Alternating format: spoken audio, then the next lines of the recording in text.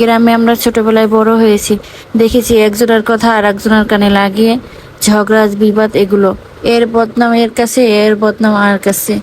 কিন্তু আমরা যে শহরে আসছি আজ পর্যন্ত দেখলাম না এক ফ্ল্যাটের ঝগড়া আর এক ফ্ল্যাটের সাথে ঝগড়া বাঁধছে।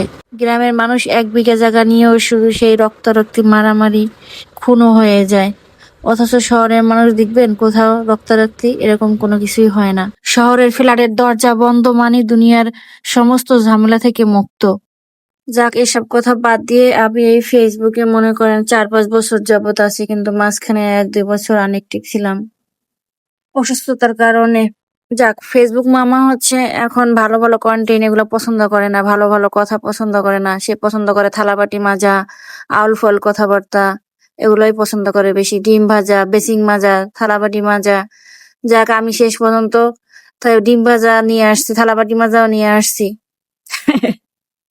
এখন বলবেন এত কথা কেন বলেন, দুঃখে কষ্টে বলে।